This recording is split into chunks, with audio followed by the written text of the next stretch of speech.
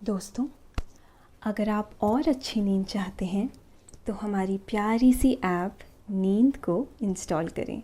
इस ऐप पर आपको एक्सक्लूसिव स्लीप स्टोरीज़ मिलेंगी और आप बिना यूट्यूब प्रीमियम के भी इन स्टोरीज़ को बैकग्राउंड में सुन सकेंगे।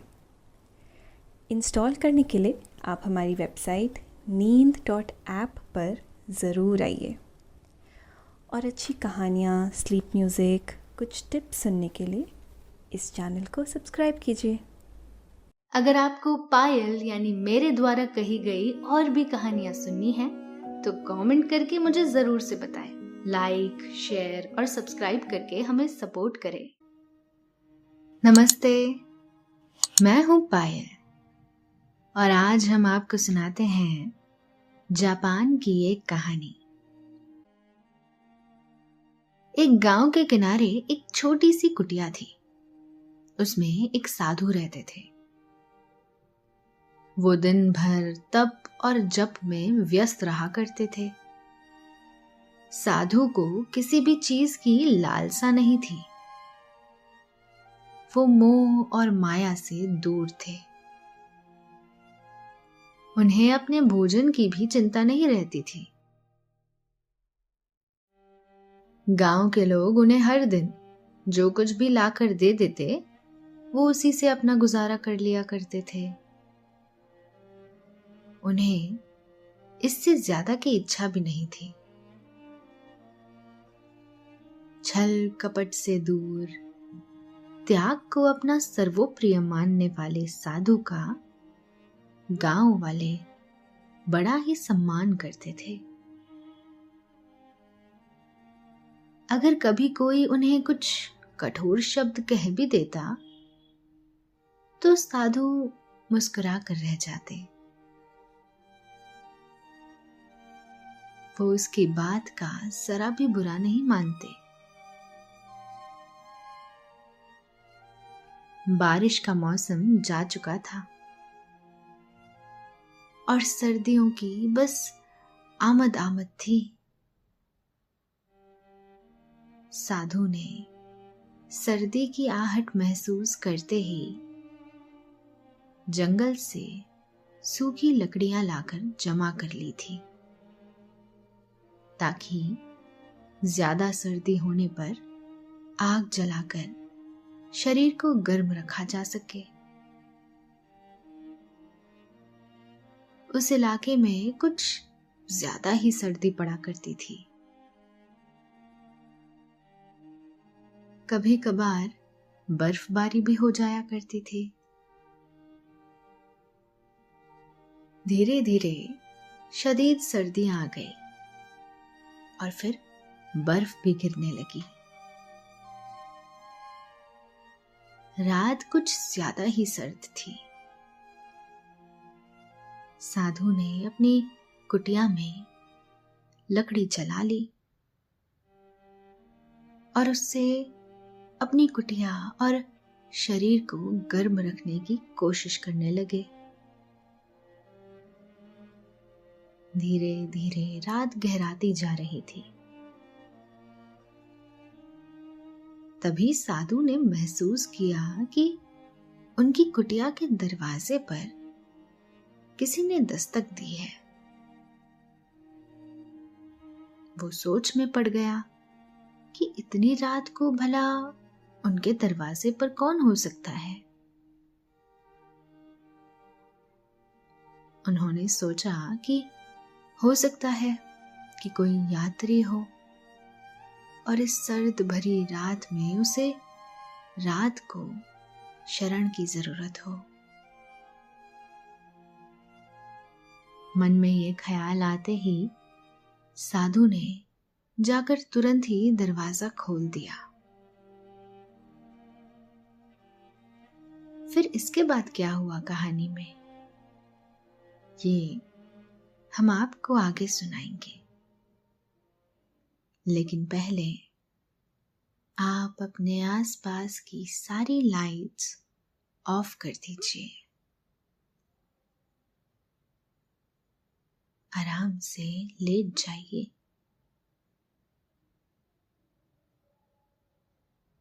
अपनी आंखों को धीरे धीरे बंद कर लीजिए।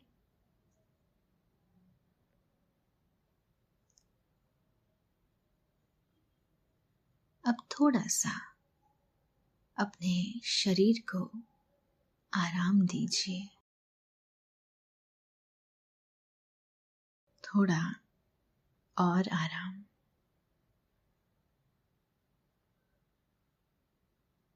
अपने शरीर को बिल्कुल ढीला छोड़ दीजिए। कोई टेंशन नहीं, कोई तनाव नहीं।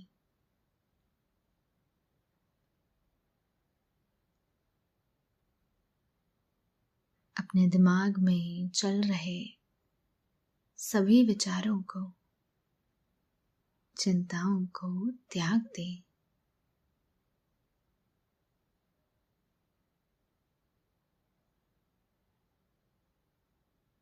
एक शांति सी महसूस करें।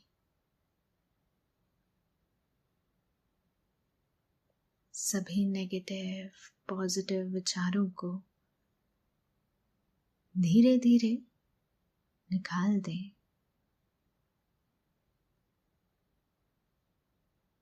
हाथों को सीधा करके अपनी कमर के साइड में रख लीजिए।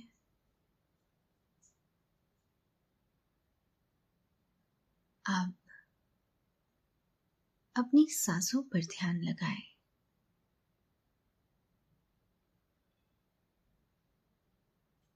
इसको धीमे या तेज बिल्कुल नहीं करना है। बस ध्यान देना है कि कैसे वो आपके नाक, गले में होते हुए आपके अंदर प्रवेश कर रही है और कैसे वो आपके गले और नाक के माध्यम से वापस निकल रही है।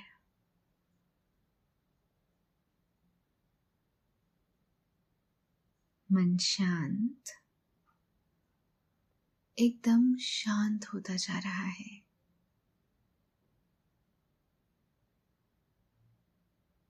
आप बहुत अच्छा महसूस कर रहे हैं।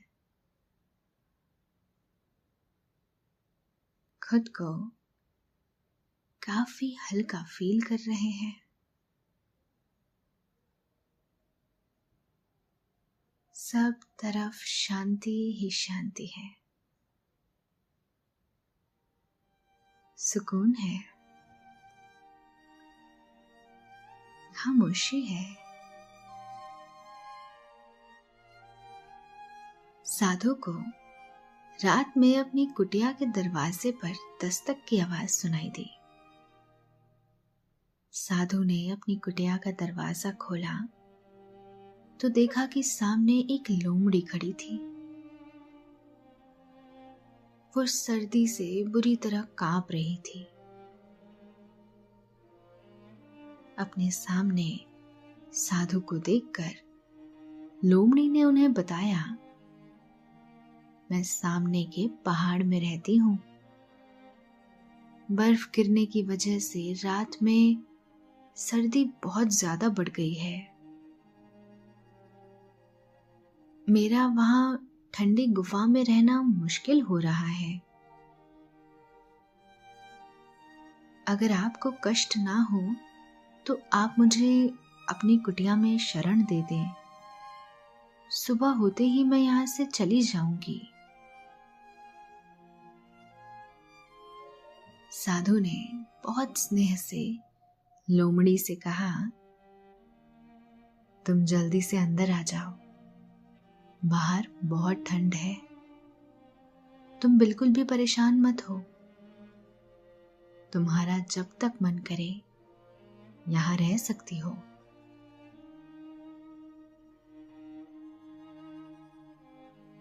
लोमड़ी जब अंदर गई तो उसने पाया कि कुटिया बहुत गर्म है। इससे उसे बड़ी राहत मिली।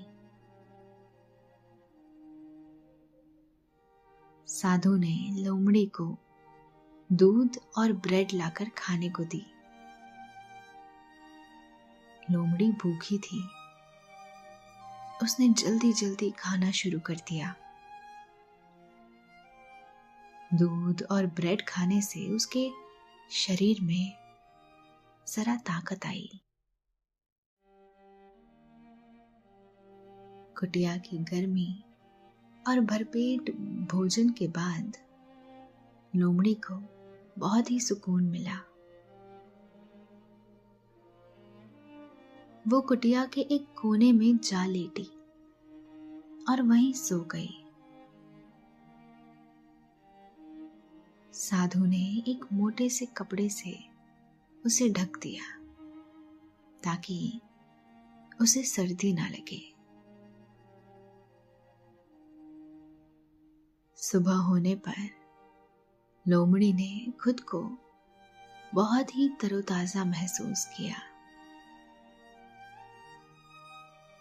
उसने साधु से जाने की इजाजत मांगी। साधु ने उससे विदा करते हुए कहा,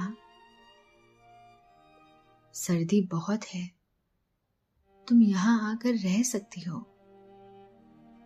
इस कुटिया में तुम्हारा हमेशा ही स्वागत है। रात होने पर लोमड़ी फिर आ गई। साधु ने उससे उसका हाल चाल पूछा, फिर उसे खाने के लिए खाना दिया। खाना खा चुकने के बाद लोमड़ी कुटिया के कोने में जाकर सो गई। साधु ने फिर उसे एक मोटा कपड़ा ओढ़ा दिया। सुबह होने पर लोमड़ी वहां से चली गई।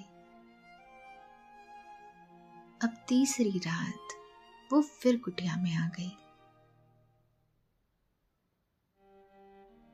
दिन इसी तरह गुजरने लगे। साधु को भी लोमड़ी से स्नेह हो गया था। अगर उसे आने में जरा भी देर हो जाती तो वो उसकी राह देखता रहता। हर दिन सुबह होते ही लोमड़ी जंगल में चली जाती।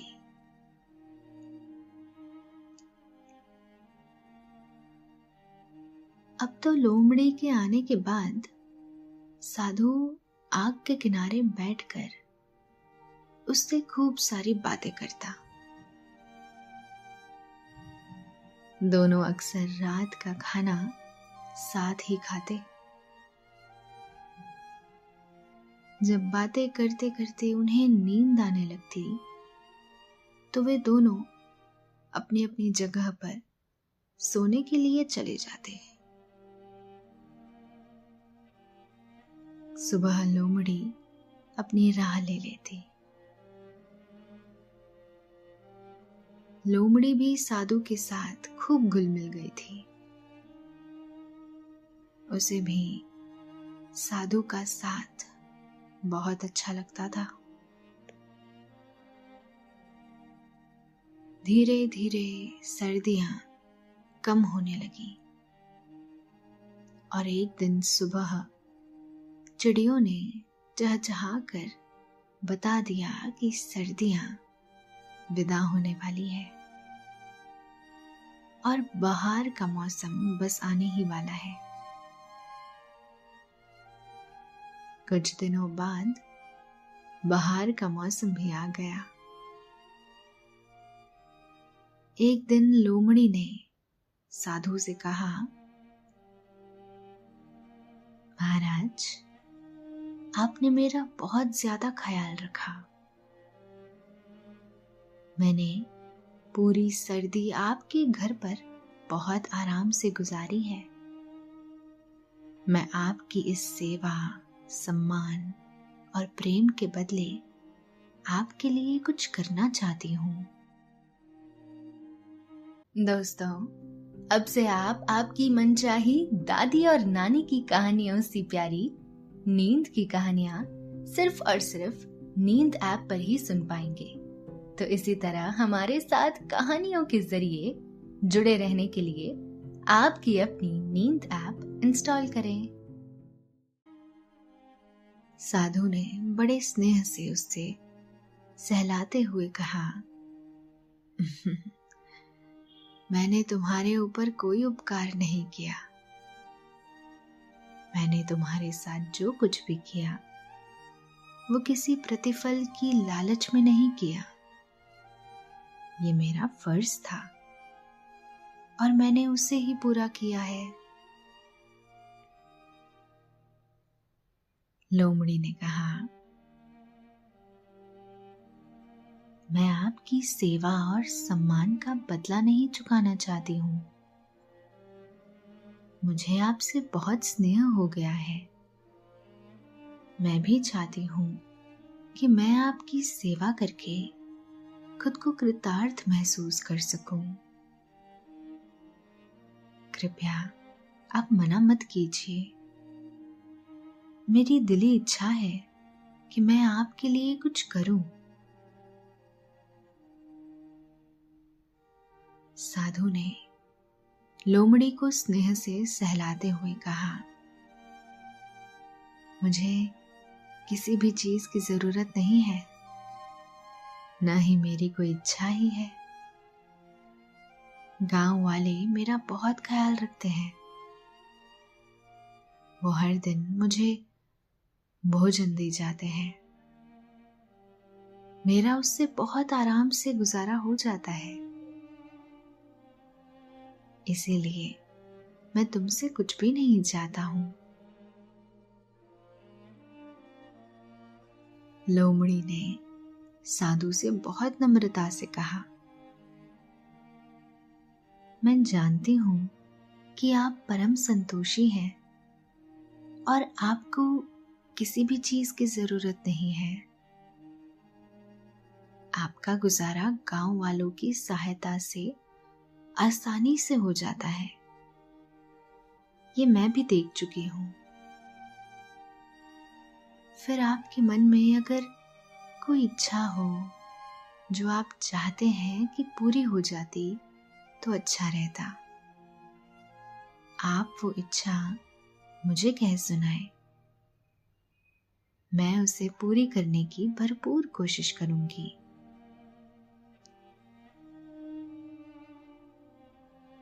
साधु सोच में पड़ गए। उनकी समझ में नहीं आ रहा था कि वो लोमड़ी से क्या कहें।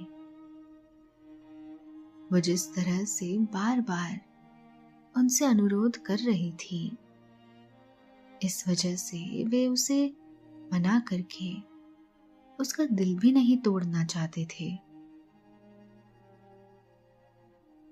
काफी देर सोचने के बाद उन्होंने कहा, मैं अक्सर सोचता हूं कि गांव वालों ने मेरा बहुत भला किया है। मेरे न रहने पर मैं उन पर बोझ ना बनूं तो सोचता हूं कि अगर मुझे सोने का एक छोटा सा टुकड़ा मिल जाता तो मैं उसे गांव वालों को समर्पित कर देता। साधु की बात सुनकर लोमड़ी ने खुशी से कहा, आप बिल्कुल चिंता न कीजिए। मैं कल ही आपको सोने का एक टुकड़ा लाकर दे दूंगी। आप बिल्कुल निश्चिंत रहे।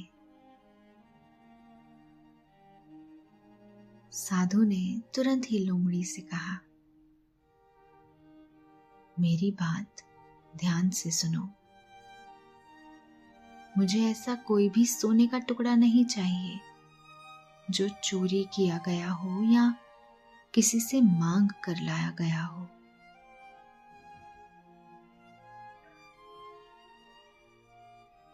साधु की बात सुनकर लोमड़ी कुछ देर के लिए खामोश हो गई। उसके बाद उसने कहा कि आप बिल्कुल भी चिंता न करें। मैं आपकी शर्तों का पूरी तरह से ध्यान रखूंगी। आपको ऐसा ही सोने का टुकड़ा ला कर दूंगी जिसे आप आसानी से स्वीकार कर सकें। अपनी बात कहने के साथ ही लोमड़ी हर दिन की तरह साधु से अनुमति लेकर वहां से चली गई। रात घिरते ही हमेशा की तरह साधु लोमड़ी का इंतजार करने लगा। काफी देर बीत जाने के बाद भी लोमड़ी नहीं आई।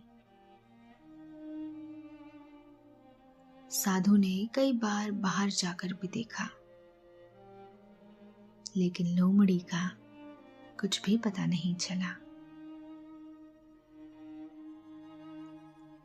सुबह होने पर साधु को लोमड़ी का ख्याल आया। वो आसपास का जायजा भी ले आए, लेकिन उन्हें लोमड़ी के बारे में कोई पता नहीं चला। इसी तरह से एक एक कर कई दिन गुजर गए, लेकिन लोमड़ी नहीं लौटी। साधु ग्लानि से भर गए। वे सोचने लगे, मैंने क्यों उससे इतनी बड़ी वस्तु मांग ली जिसे ला पाना उसके लिए मुमकिन ही नहीं था।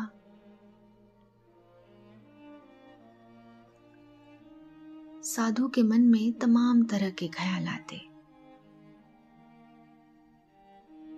कभी वो सोचते कि कहीं लोमड़ी कहीं से सोना चुराने तो नहीं गई थी और फिर पकड़ी गई हो।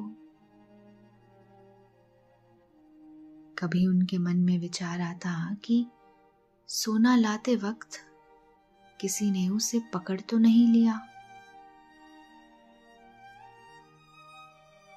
साधु जब रात में खाना खाने बैठते तो उन्हें लोमड़ी की बहुत याद आती। वो कुटिया के उस कोने को देखकर याद करते कि रात में खाना खाने के बाद लोमड़ी उस जगह पर जाकर चुपचाप सो जाया करती थी।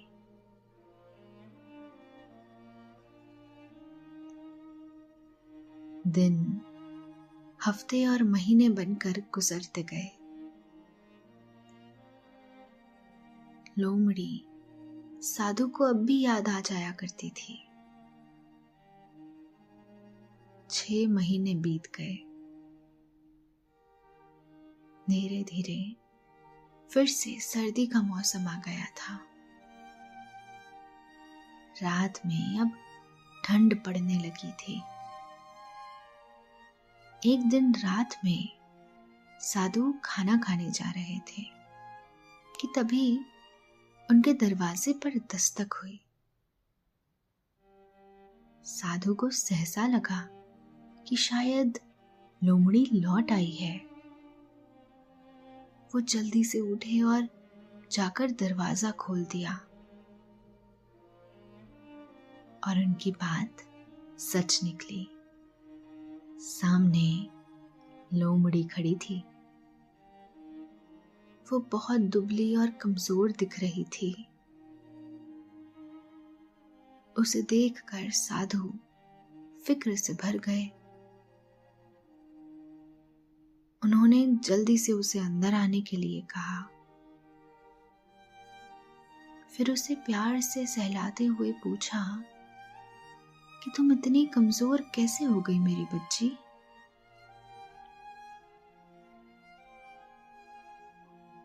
लोमड़ी ने जवाब देने की जगह उनके सामने सोने का एक टुकड़ा रख दिया और खुद साधु के चरणों पर सर रखकर चुपचाप बैठ गई।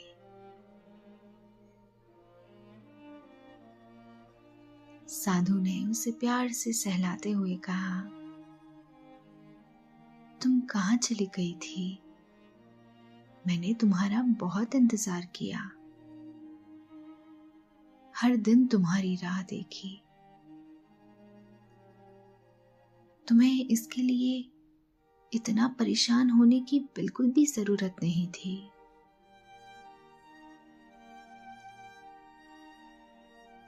लोमड़ी ने सर झुकाते हुए कहा, मैं इसके लिए एकदम परेशान नहीं हुई। मैं तो बस अपना फर्ज पूरा कर रही थी। आपने मुझे जो प्यार और स्नेह दिया, मैं उसे चुकता नहीं कर सकती थी। फिर भी मेरी तरफ से ये छोटी सी भेंट स्वीकार कर लीजिए। साधु का दिल लोमड़ी की बात सुनकर प्यार से भर उठा। उन्होंने कहा, पहले तुम ये बताओ कि तुम इतने दिन कहाँ थी और ये सोने का टुकड़ा तुम कहाँ से लाई हो? लोमड़ी ने कहा, जिस गुफा में मैं रहती हूँ उसके दूसरी तरफ सोने की कई खाने हैं। वहां पर खुदाई के समय सोने के कुछ कण गिर जाते हैं। मैं आपके लिए उन्हीं कणों को इकट्ठा कर रही थी। इस वजह से मुझे ज्यादा ही समय लग गया।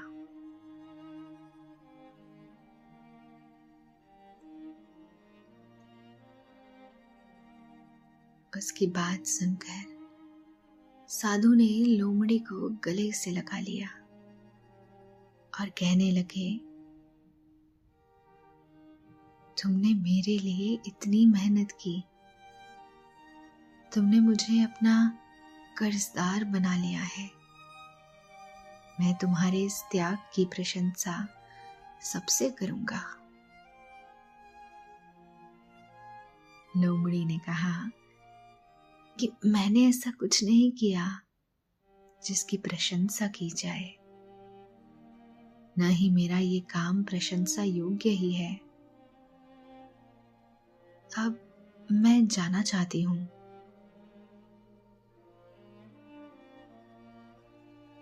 लोमड़ी की ये बात सुनकर साधु ने उससे कहा, मैं तुम्हें कहीं नहीं जाने दूंगा। तुम मेरे साथ ही रहोगी। साधु की ये बात लोमड़ी ने मान ली और वो अब उनके साथ ही रहने लगी। तो दोस्तों, अभी आपने जापान की ये सुंदर सी कहानी सुनी। अब आपको नींद आने लगी है। निंदिया रानी चुपके से आपके सिरहाने आकर बैठ गई है। वो हौले हौले आपकी पलकों को सहला रही है। आपकी पलकें बोझल होती जा रही हैं। नींद आपकी आंखों में मध्यम मध्यम बढ़ती जा रही है। आप पर नींद की खुमारी छाने लगी है। आपने अपनी दोनों आंखों को धीरे धीरे बंद कर लिया है और आप आहिस्ता आहिस्ता नींद की आगोश में समाते चले जा रहे हैं, समाते चले जा रहे हैं। शुभ रात्रि, शब खैर, गुड नाइट।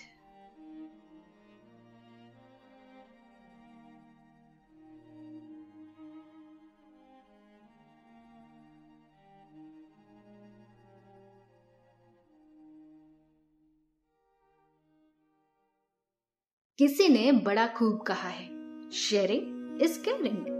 अगर आप भी किसी को जानते हैं जिनको नींद ना आने की दिक्कत है, तो उनके साथ ये कहानी जरूर शेयर करें।